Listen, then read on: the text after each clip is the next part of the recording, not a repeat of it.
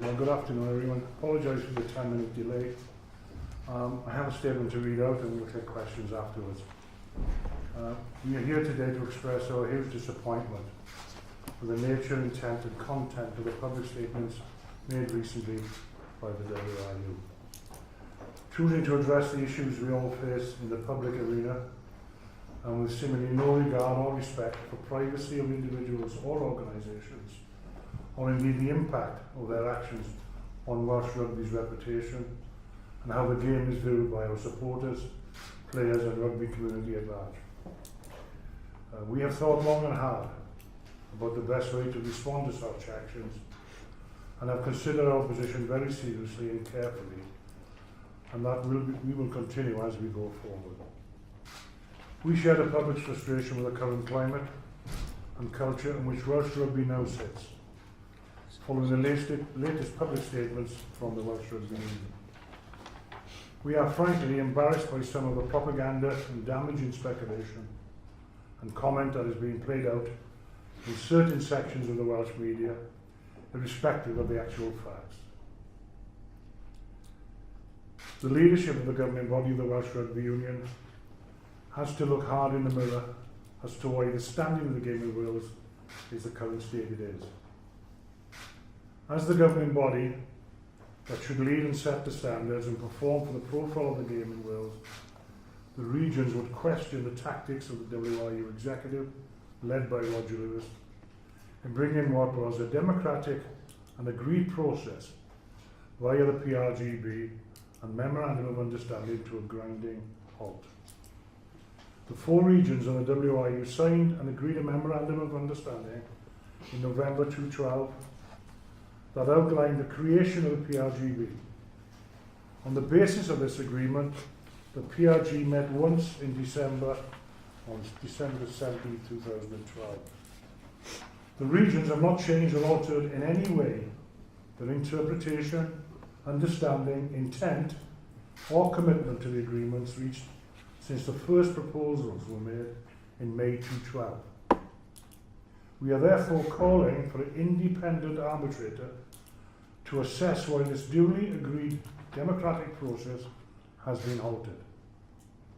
We are bewildered as to why the Welsh Rugby Union could have not made its comments known to us at a meeting of the Welsh Rugby Union and regions in the week running up to Judgment Day, choosing instead not to mention that at a management board meeting, but instead to issue demands via a press statement that day after the inaugural Welsh Derby doubleheader. Regional Rugby Wales, on behalf of the four regions, will write to the Welsh Rugby Union to respectfully decline their individual invitations to the four regional organisations to attend a summit at the Welsh Rugby Union and explain why we would rather discuss the future of Welsh Rugby and its solutions via the agreed PRGB. Regional Rugby Wales urges the Welsh Rugby Union not to sidetrack discussions or detract from the recommendations of the Welsh Rugby Union's own independent report undertaken by PricewaterhouseCoopers and completed in 2012. The regions would question why the PRGB has not been taken forward by the WRU and request that it is formally submitted to arbitration to see where the fault lies in this process. The regions would question why the WRU is now seemingly ignoring its own independent report and the proper process of the Professional Game Board, i.e. the PRGB, that it signed up to take things forward, instead choosing to revert to a historical debate on central contracts. RRW deplores the seemingly cynical way that a talented, young, grown Welsh international, homegrown international, has been placed in the centre of a high-profile public debate as part of a public statement by the WRU to highlight issues of Welsh rugby. The regions work in a spirit of unity and purpose, and with clear trust, goodwill and openness during the process for the PricewaterhouseCoopers report and the subsequent establishment of the PRGB. Sharing sensitive financial information with the sole desire to improve the state of the game in Wales something all 4 regions passionately support and believe in.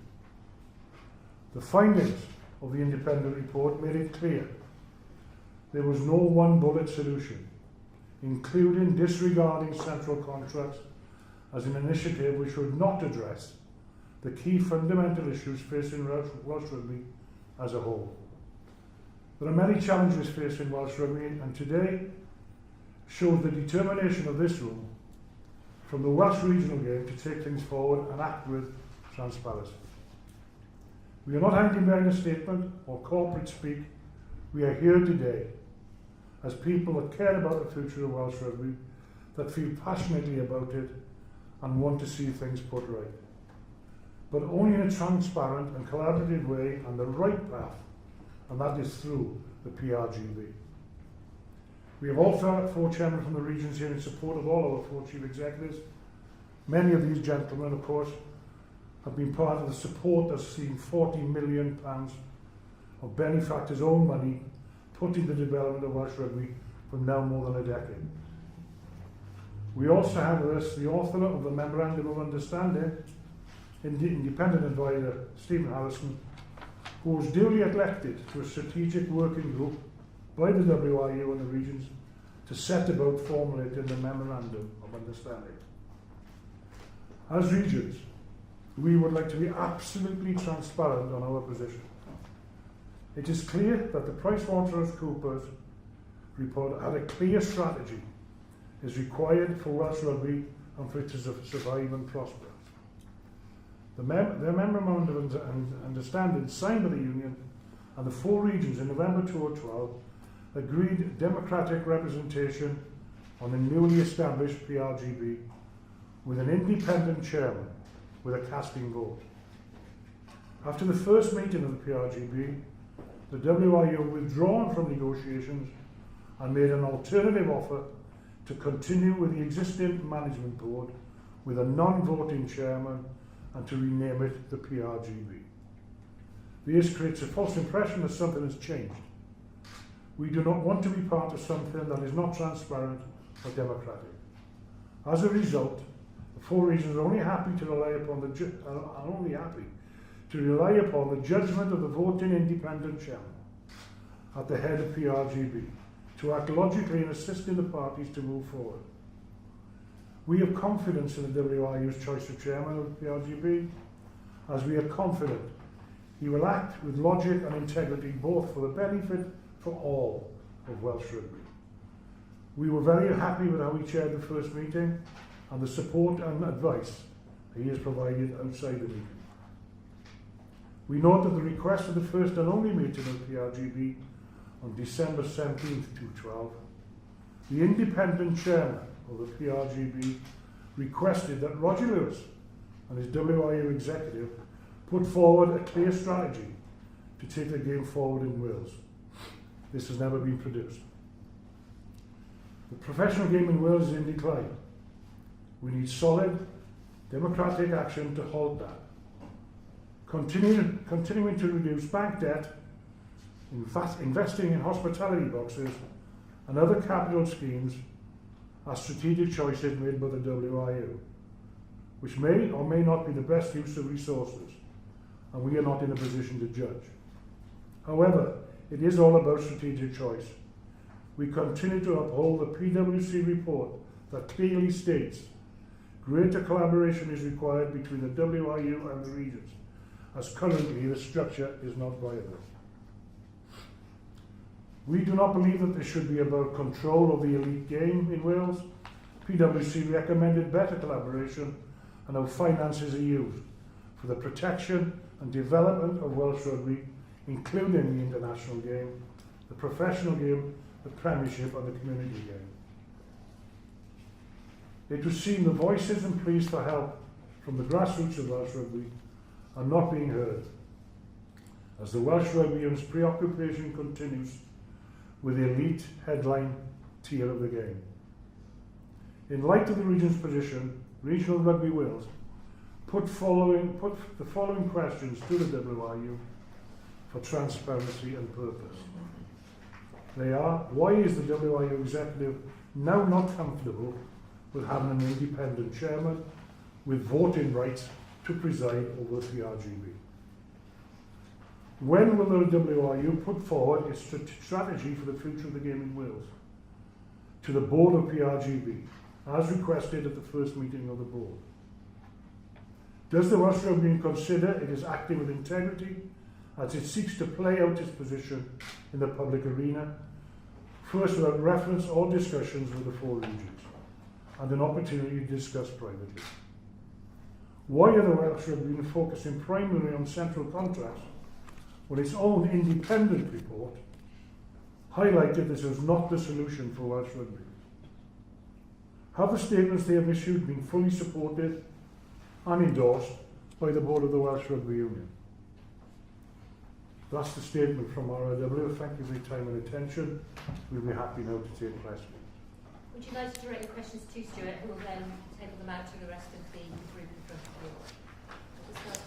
Stuart, do we presume then that there's no zero dialogue between yourselves and the union currently? We believe the PRGB is the vehicle for that dialogue. The union have chosen to withdraw from it and put forward to us last week a management board which has been the same for the last 8 years, with no casting vote. We believe the PRGB is the place to be debating all the issues of the regional professional game. Central contracts are non-starter as far as the regions are concerned. Well, central contracts in isolation are an issue because they will not clear the issue of how do we survive in regional rugby. Taking central contracts in isolation is not the way. There are lots more things that this PRGB can discuss with an independent chairman arbitrating and casting his vote as he sees fit to take the professional game forward in Wales. I will add, not in this statement, that we've had, or the four chairmen of regional rugby of the four regions have had a letter from Roger Lewis this week asking to attend this summit at the end of April to discuss central contracts. We will be replying to that and saying we want to do it through the PRGB. That is the vehicle to take the game forward. That is the vehicle that we've all agreed on. That is the vehicle that the WRU was signed up to. That is the vehicle recommended by their PricewaterhouseCoopers report. Did the report say why it thought central contracts couldn't work in Welsh rugby? Because people will inevitably ask, well, if they work so well for other sports, England cricket, for example, other rugby nations, New Zealand, Ireland, why can they not work in Welsh rugby? Steve Harrison will answer that question. I think the looking at it from the problems faced by Welsh rugby, I think it's a possibility that central contracts can work. I think everyone can see that as a potential solution, but there's no detail at the moment on central contracts. Also, on its own, it isn't going to be a solution to the problems. And I think, as what Stuart has said, is that it needs to be discussed within the context of a whole strategy for Welsh rugby, not just picking solutions. And the four regions see it very much as trying to come up with a holistic approach for throughout the game of Welsh, throughout the game of rugby in Wales, rather than just looking at isolated solutions on which no one has a great deal of detail at the moment. Is there an agreement in place at the moment between the regions that says we won't field any player on a central contract? Yes, there is. Why did you feel the need to sign that agreement? What are you afraid of? We're not afraid of anything. We are just protecting our own position. We do not know, because there is no dialogue regarding the PRGB. We do not know what the union's view is on central contracts. What is their view of central contracts? How much are they prepared to invest into central contracts? What is the reach of the players back to the regions, etc., etc., etc. So in that case, we have protected ourselves by any attempt by the WRU to to circumvent the regions and place these players somewhere else. They claim that the £6 million they give you isn't being spent on protecting the senior players. What do you say to that? Well, they can claim what they like now. But let's be clear about the 6 million first and foremost. The 6 million is not for player release. They use that in their statements. If you look at our participation agreement signed in 2009, there is a split in there of what player release money is. Out of the 6 million, 2.7 is a core grant. Another 2.4 is to keep the Welsh, non-Welsh qualified player quota down under an agreed limit. Player release is about less than 1.5. So don't be misled by statements that say 6 million is being paid for player release. It isn't. Stuart, why do you think the union have got cold feet about this independent chair? I wish I knew. You will have to ask that question of Roger Lewis and the WRU. You concerned, Stuart, that what the Welsh Rugby Union may be doing is looking to drive the regions to the wall, to squeeze you so hard that financially you can't carry on and you come in and pick up the pieces without incurring any liabilities? Paul, I can't answer that because I don't know. All I will reiterate is the way forward is through the PRGB, through the Memorandum of Understanding, signed by the Union and signed by the regions. We wonder, as the question from the floor was, why they've now withdrawn their support. Only they can answer that. Do the regions have confidence in the current leadership of the union? That is not a question for us, that's a question for the governing body. And the board of directors and the chairman of the WRU. It's not an issue that we have an opinion on. That is for others to decide. No opinion at all on whether or not, you mentioned Roger Lewis, whether or not he's effectively running the union in the relationship with you? That is for others to judge. Stuart, the WRU, I mean, I understand the sensitivities around the individual, but given George North has probably been a catalyst for this, the union said that the Scarlets had offered him to other clubs without his knowledge. True or false? That is a question I'm not prepared to answer. It's an individual, again, about a young individual, but Mark Davis, the chief executive of the Scarlets, was here, and he will give you what information he can on that position. Okay, I'll reiterate the statement that we made on Sunday, which is that as a business, our values and our policy is that we don't believe it's appropriate to comment on any individual, and believe that's fair on the individual, whether that's player, coach, management or otherwise. Now, outside of that, I will also state categorically that any discussions that Scarlets have at any time regarding any player are held either with that player or more generally, as is industry practice, with that player's representative. That is also our very strong policy. We do not hold any conversations outside of that route. So you I asked you, Mike, did George know that he was on the transfer list before his name was I'm not prepared to comment on any individual, and I don't believe that's appropriate. WRU said earlier this week that they would rather any transfer dealings, wherever they may be, are done within Wales first. The regional point of view, how do you feel about having your commercial opportunities limited in that way? No, you will answer that question. Yeah, look, I think you've got to come back to the PRGB on this and the structural solutions that that body sought to address. There isn't a quick fix, there isn't one fix. Central contracts you've referred to several times, and I understand why the media is being driven towards central contracts as a key issue in this. In and of itself, it doesn't fix anything. I'll quote to you from the PwC report. Centrally contracting the national squad will not address the fundamentals, funding gap and structural issues in Welsh Rugby. The PRGB had mechanisms in there to address a whole range of issues. It looked at our cost base and it looked at our commercial revenue, the two key elements in any business.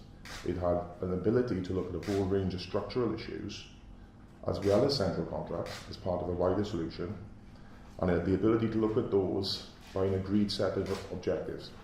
One of those key objectives was sustainable, competitive professional rugby in Wales at regional level as well.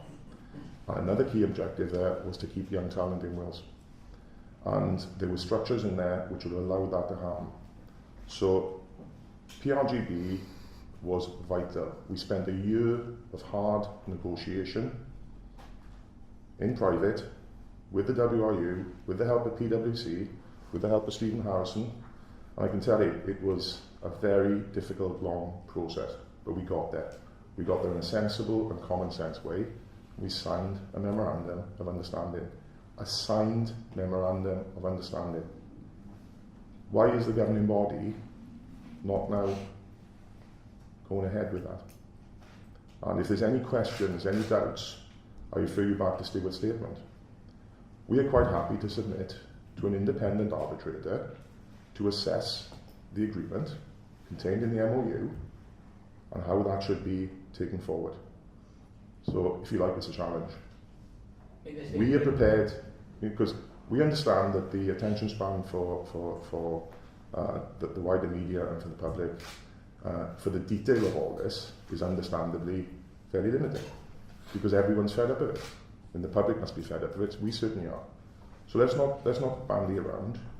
We'll go to an independent to get that view. If there's any doubt about where right lies in this, let's put it to an independent. And I think the WRU need to come out and say, yes, we agree, or why they wouldn't agree. If they're confident in their position, they would agree with what we've proposed. In their statement, the union said that it was the region's interpretation of that memorandum which was unacceptable to the union. Have they said why or how? Well, you'll understand from Stuart's statement that's not our position, but like I say, we've got the confidence that our position is correct. That was a fairly comprehensive document. It contained a whole range of structural, potential structural solutions. Just as critically, it contained mechanisms to move forward and evolve, to address future challenges, not just the challenges we currently face. It wasn't a hard document to interpret. Stuart, maybe Stephen could shed some light on whether we're just trying to breathe life into a corpse here, whether 4 regions is unsustainable. We hear 2 million losses for the Ospreys for last year. We see losses everywhere else. 40 million quid over 10 years is a considerable estimate, I'm sure. Is this a dead duck here? The situation, I think, with the regional finances across, which was part of of the review, was the fact that I think it was in FY11, so July, most of the year ends are, there was £5 million worth of losses incurred by the regions. That reduced to 4 million. That money has been put in by various benefactors who've actually underwritten those losses in the past. The situation is that level of loss and the attraction you can imagine for individuals trying to support that level of losses is pretty untenable going forward at that sort of level. The objective was to try and look at ways of how you could perhaps reduce duplication of costs between the regions and the Welsh Rugby, and look at ways of doing things smarter and better, look at ways of generating income better, Judgment Day and initiatives like that being examples of ways perhaps money could be funded. There was no, as Stuart's already referred to, a single silver bullet which is going to look at this. Looked at central contracts, and that was part of the agenda as well. So there's a whole range of issues, not one of which on its own is going to solve the problem. It is going to be difficult, a problem to solve going forward. The level of losses has been quite substantial. Clearly the regions, in how they've approached trying to balance their own books in this process, have been to reduce costs. And there's no mystery in the fact that the biggest cost obviously is player costs, and controlling that player cost and reducing player costs is how the regions are trying to balance their books. So financially the problem in a sense is being addressed by the regions to balance their books and to look at ways in which they can fund themselves from that point of view in the current structure. The problem with that is that does not make the regions competitive. So to be competitive, they need to spend more money on the squads than is being spent at the moment. And therefore, the way of looking at this was to look at ways in which more money could be generated to provide into those squads. The whole purpose being then that this collective body could look at the evidence and make the rational decisions of how working better and working together could actually free up money in the system to enable that to happen. And that was the role that was seen for the PRGB. And your view on the union's stance in all this? Well, the situation is that there is I guess everyone is in the situation of frustration of the way in which it is clear that we will move forward in Welsh rugby is through collaboration and working together. And that's got to be the solution, rather than the way in which it's structured at the moment, which makes it more divisive than collaborative. The fact that we are having the process of the last week is a demonstration of the fact that clearly we're not sitting down and talking of what is best for Welsh rugby. Stuart, how urgently does this need to be sorted out, and what is... Sorry, I didn't quite hear the first bit. How urgently does this need to be sorted out, and what is the worst case scenario? Well, we are here today to highlight the issues. The letter from Roger Lewis states that they're prepared to meet in their summit with the 4 regions at the end of the month. I'm not sure what the date is today. Is it the 3rd or 4th of April? So it's another 3 weeks down the road. We are continuing to look at our costs, address those issues, and as Steve said, at the moment we are sustainable, we're not competitive, and I'm sure all of you that report on our games in Europe particularly are sick to the back teeth of the hide-ins and the results that we had. That's due to finance, nothing else. We have good players. So, you know, it is up to the Welsh Rugby Union to set the pace here. We did set the pace. Steve was the guy that wrote the Memorandum of Understanding. They signed that understanding along with us. Now it's off the table. So we're back to square one. Stuart, you say the hammering some of the regions around Europe is not down to it's down to funding. Is there also a factor down to coaching as well? Coaching in Wales? I'm not getting into that. I mean, this isn't about the coaches in Wales or anywhere else. This is about a fundamental issue that needs to be driven forward by the PRGB to protect and nurture the regional game in Wales. Stuart, for clarity, have Regional Rugby Wales met with representatives of Foreign League to discuss Welsh regions playing in other competitions? On behalf of Regional Rugby Wales, I'm always talking to other countries. It's my job. That's all it is. You know, I sit on the board of the RC, I talk to the French, talk to the English, talk to the Scots, Irish, everyone. We want to have the best product possible.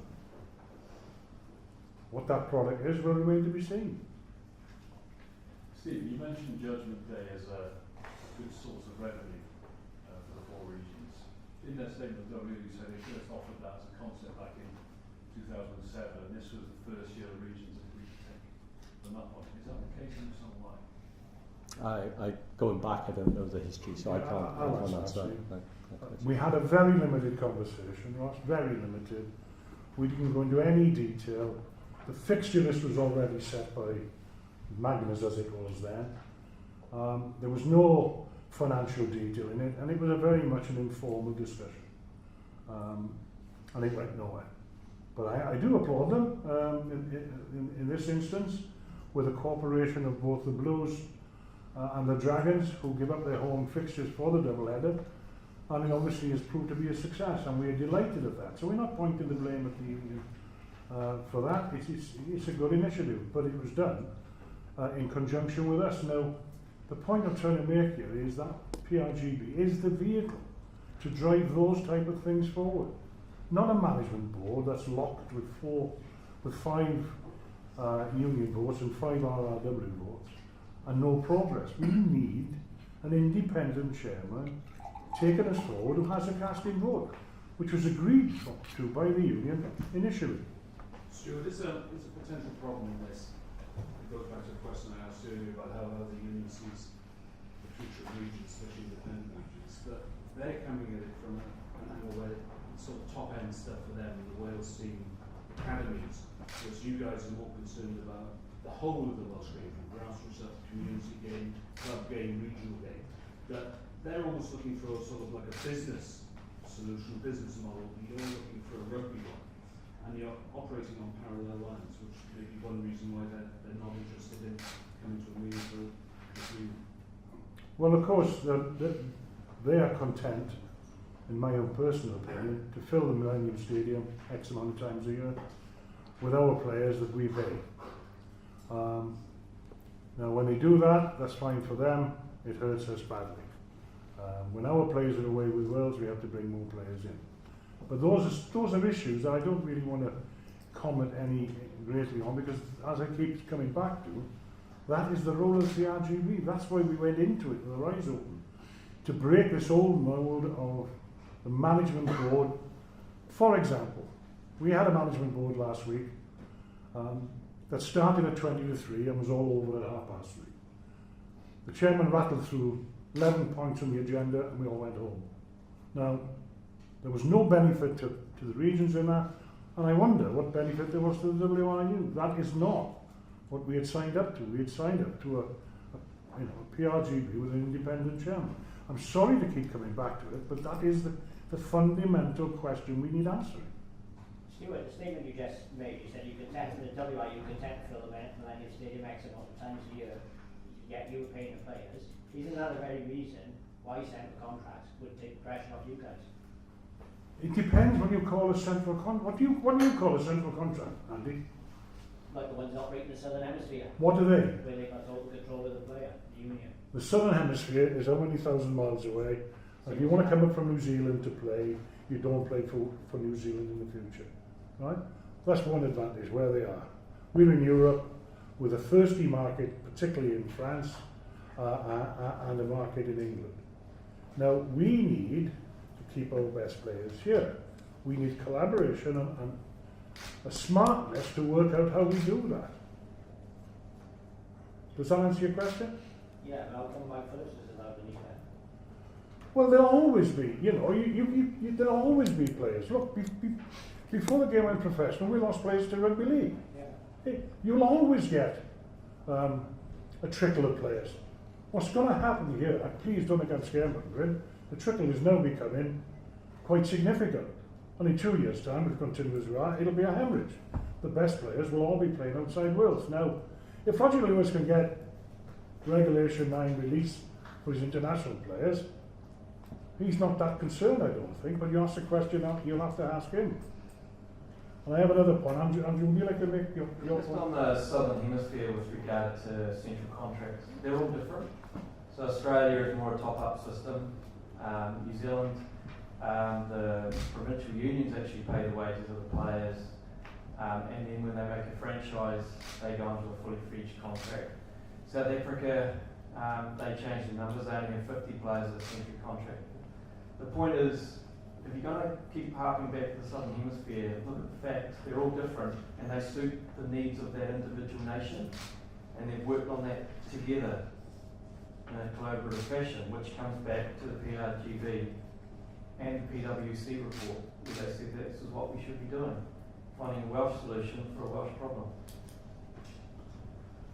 Stuart, maybe Andrew, maybe Richard, say how difficult is it operating in a market where more and more money is invested by the WRU in marketing their games and accruing money via the international game and putting pressure on fans going to Euro matches, and if that continues as their departments get bigger and their spending gets more on the international game, how much harder is it going to be to survive? Look, it's going to be a bit like a broken record. The regions cooperated very fully and transparently with the PwC report.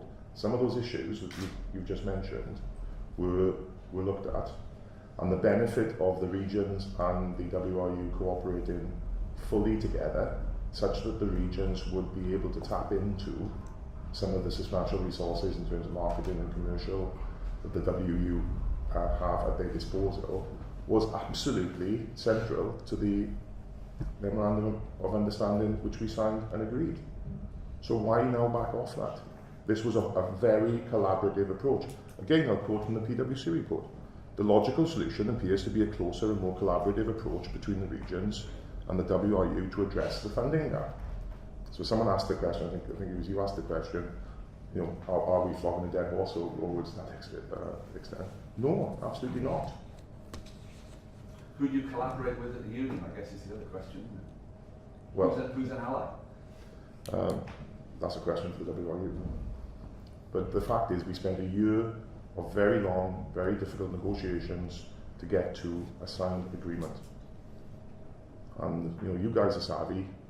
You know that what's happened in the last week isn't an isolated thing. It's part of a strategic, well thought through, well funded PR campaign to achieve a purpose.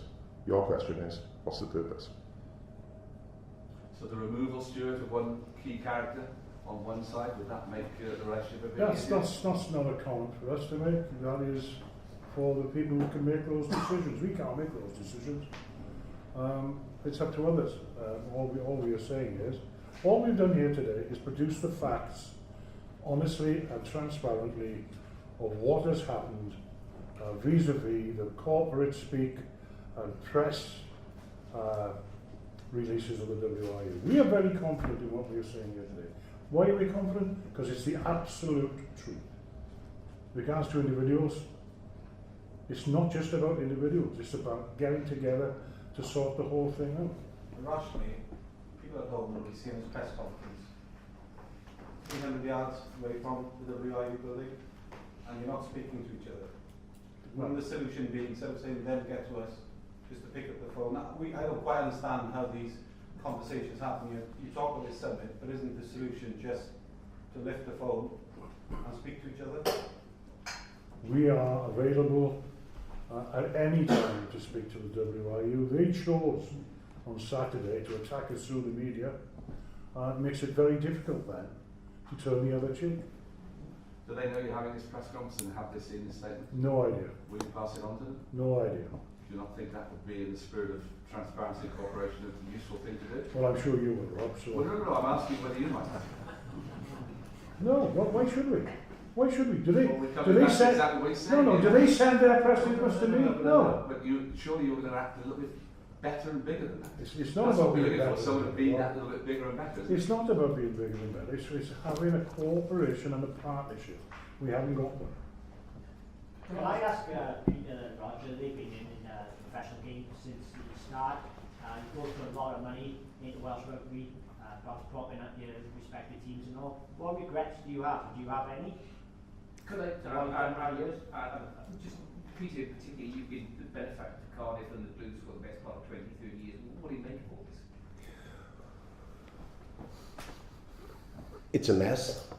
We all understand that. We've always wanted to have a true, open, honest, equal partnership. We've said that for years, but it's never come about. I see too many people coming and going, passing through the executive body. I sum it up on power, control, divide, conquer, wipe out. I feel that that is an agenda for certain people across the way. It's all about power. It disappoints me that they are not truthful with you, the media or the public, when they say to you that they've offered central contracts to us. What they never told you was the detail of the central contract and who was going to pay for it. So put the record straight. They wanted central contracts, take our assets, and they wanted to take all our money as well. But they never told you that. And they keep on hammering it home. The PRGB is there to resolve all matters. We've signed up to it, they've signed up to it. I've chaired many companies and still do today. I've never ever been on a board where the chairman doesn't have a vote. Ask yourself the question, why don't they want the chairman to have a vote when initially they signed up to him having it? And this is an honourable person, he's a judge. Ask yourself the question, why?